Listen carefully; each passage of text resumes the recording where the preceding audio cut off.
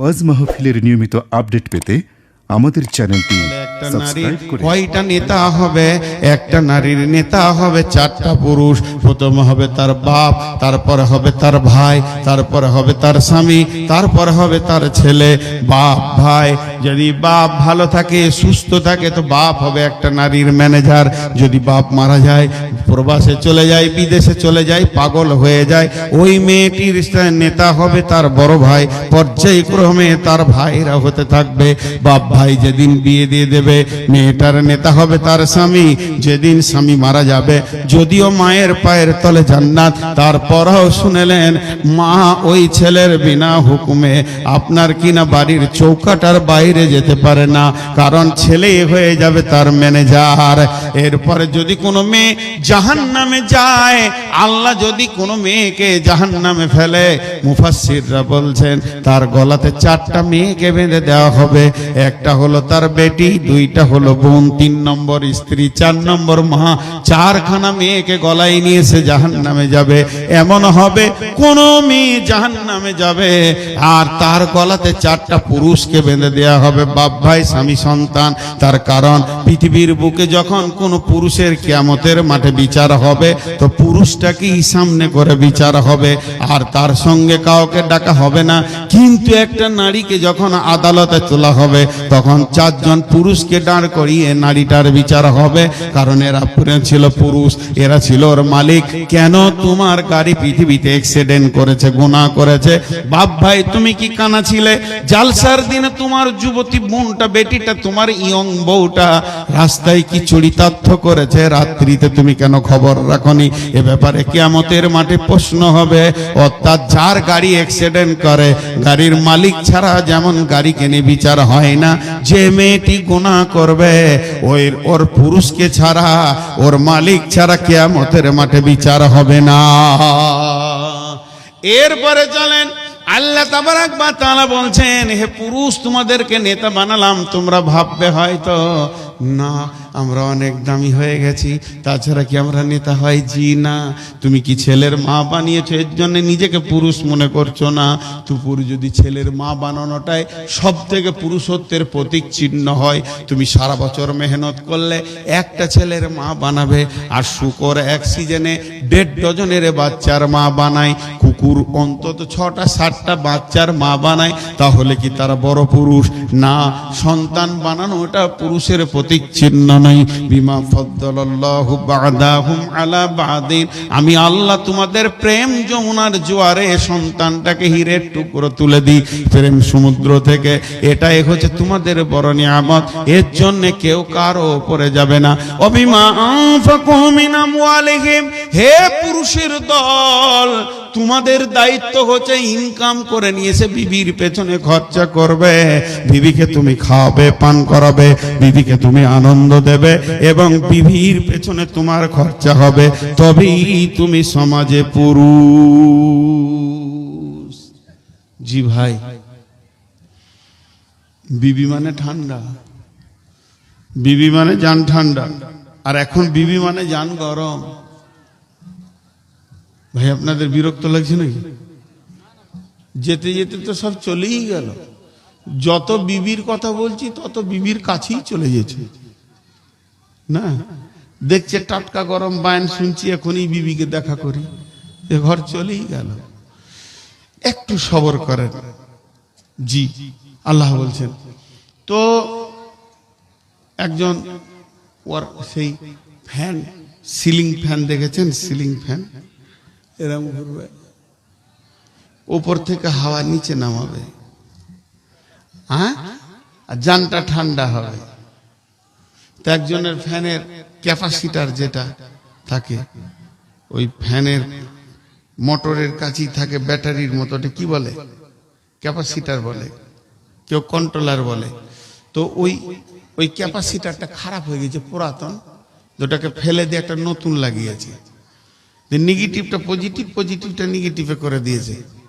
ফ্যানটা সোজা ঘুরবে না উল্টা ঘুরবে? উল্টা ঘুরবে। তো উল্টা ঘুরলে উপরের হাওয়া নিচে আসবে না, নিচের হাওয়া উপরে যাবে। নিচের হাওয়া উপরে যাবে, তার লুঙ্গি ধরতে হবে, নাহলে আবার মুশকিল হয়ে যাবে। ঘটনা এরকম ঘটে যাবে। তো দেন দেন, যার যেমন আছে দেন।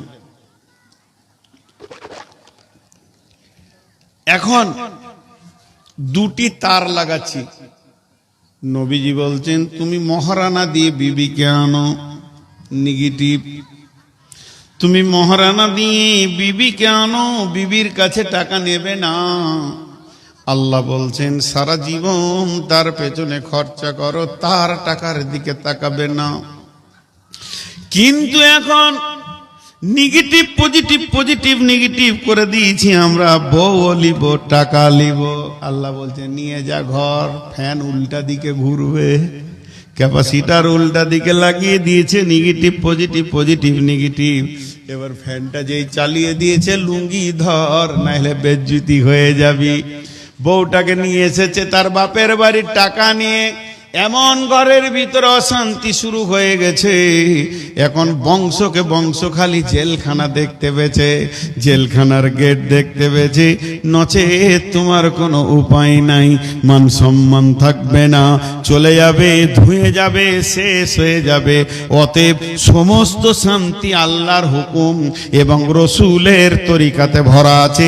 যখনই আল্লাহর হুকুমের বাইরে চলে যাবেন আর শান্তি পাওয়া যাবে না। কোরআন যে বলল তোমার বিবির কাছে রয়েছে শান্তির সম্ভার, সেটাকে তুমি গ্রহণ করো, আনন্দ করো, মাখামাখি করো, একে অপরে লুটে লাও, আনন্দ করে লাও এবং শান্তিটা নিয়ে নাও। ছোট্ট একটা কথা শেষ দিকে জিজ্ঞেস করব, আপনি একবার খালি হ্যাঁ নাটা বলবেন, ভুলটা বলবেন। জি, যে মেয়ে মানুষ আর একটা হলো পুরুষ মানুষ।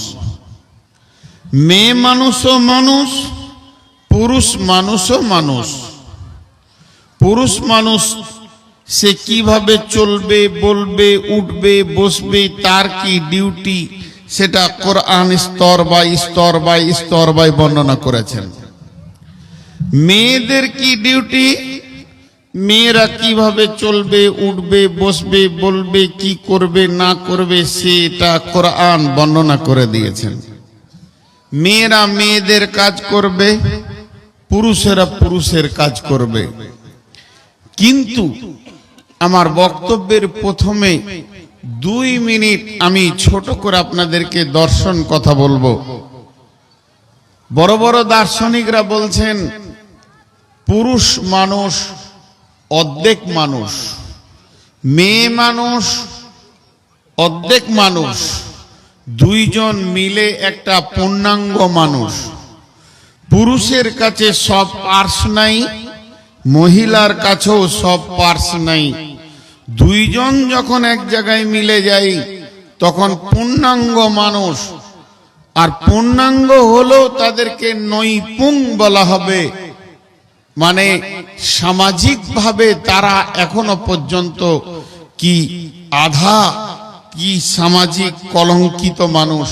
যখন তাদের দুইজনের ভিতরে একটা আসবে, সন্তান আসবে, তখন তারা পূর্ণ একদম সামাজিক মানুষ। এটা বিজ্ঞানীদের কথা, এটা দার্শনিকদের কথা। এই কথাটাকে গুরুত্ব দেওয়ার কোনো প্রয়োজন নেই। তবে বললাম কেন, যে দুইটি মানুষের ভিতরে সবগুলি নেই। যেমন একটা বাচ্চা পৃথিবীতে আসার ব্যাপারে শুধু মেয়েদের ভূমিকা নেই, পুরুষের ভূমিকা আছে। শুধু পুরুষের ভূমিকা নেই, মেয়েদের ভূমিকা আছে। দুইজন মিলে আসবে। তেমনি পৃথিবীতে দিন প্রতিষ্ঠিতর ব্যাপারে শুধু পুরুষরা নয়, মেয়েরাও মুজাহাদা করেছেন। তো যাই হোক, এই দুটি মানুষ। কিন্তু আল্লাহ তাবারক ওয়া তাআলার কারিশমা দেখেন, গোটা কোরআনে 114টি সূরা আছে। 114টি সূরার ভিতরে পুরুষ নামে কোনো সূরা নাই। আসূরাতুর রিজাল বলে কোনো সূরা নাই। 114টির ভিতরে একটাও পুরুষ সূরা নাই। কিন্তু একটা সূরা আছে, আসূরাতুন নিসা। সূরাটার নামই মহিলা, সূরাটার নাম মহিলা। একটা সূরার নাম বাকারা, একটা সূরার নাম ফাতিহা, একটা সূরার নাম আল ইমরান, একটা সূরার নাম মাইদা, তেমনি একটা সূরার নাম হচ্ছে সূরা নিসা। নিসা মানে মহিলা। তাহলে মহিলাদের দাম বাড়লো না কমলো? আমরা ভাবছি মহিলাদের দাম বাড়লো। জি ভাই, কিন্তু জানেন, আপনি একটা মাইক্রোফোন কিনতে যান, ওর ভিতরে খাপটার ভিতরে একটা কাগজ থাকবে। আপনি একটা অ্যাম্পলিফায়ার কিনেন, খাপটার ভিতরে একটা কাগজ থাকবে। আপনি একটা ইউনিট কিনেন, খাপটার ভিতরে একটা কাগজ থাকবে। আপনি একটা মোবাইল কিনেন, খাপটার ভিতরে একটা কাগজ থাকবে। কারণ এই সম্পদটা কিভাবে ব্যবহার করবেন তার ব্যবহার বিধিটা সেই কাগজের মধ্যে কোম্পানি দিয়ে দিয়েছেন। এখন যদি আমি সাদা বাংলা ভাষায় বলে দিই, মেয়েরা সম্পদ, সম্পদ তো সহ্য করবেন, আর ওটাকে যদি মাল বলে দিই তো আপনি রেগে যাবেন, মেয়েদেরকে কেন মাল বলছে। কিন্তু বিশ্বনবীর ভাষাটা কি?